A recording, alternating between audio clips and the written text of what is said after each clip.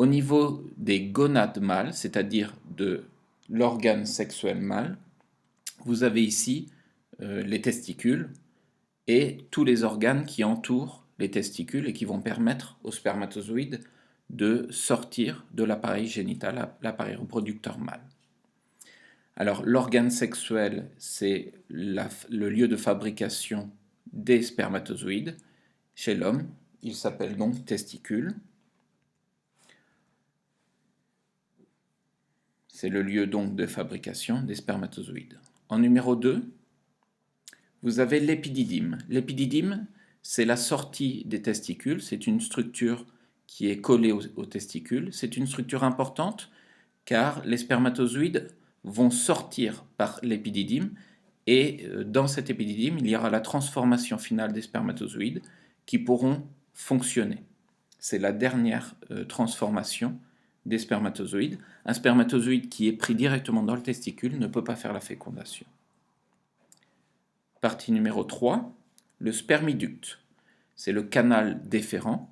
C'est un tube qui va apporter les spermatozoïdes qui sortent des testicules vers la vésicule séminale. La vésicule séminale, c'est le lieu de stockage des spermatozoïdes. Ensuite, il y a un organe important que l'on appelle la prostate. À l'intérieur de la prostate, il y a la fabrication d'un liquide que l'on appelle le liquide séminal.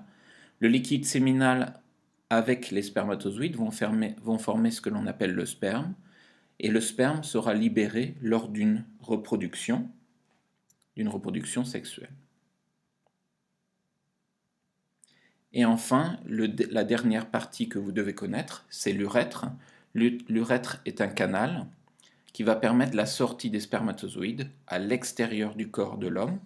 Ce canal, cette urètre, elle est aussi utilisée dans l'appareil urinaire, c'est-à-dire qui permet aussi la sortie de l'urine. Alors il y a un système qui va permettre de bloquer le passage de l'urine lorsqu'il y a la sortie des spermatozoïdes. Ici, si on s'intéresse un peu plus en détail aux testicules, on peut voir que les testicules sont composés de plusieurs parties que l'on appelle des lobules. C'est la partie numéro 4. Il y a dans chaque testicule environ 200 à 300 lobules. Dans chaque lobule, on peut voir en rouge des tubes que l'on appelle des tubes séminifères. Ils sont environ de 1 à 4 tubes séminifères par lobule. À l'intérieur de ces tubes séminifères, il y a la production de spermatozoïdes.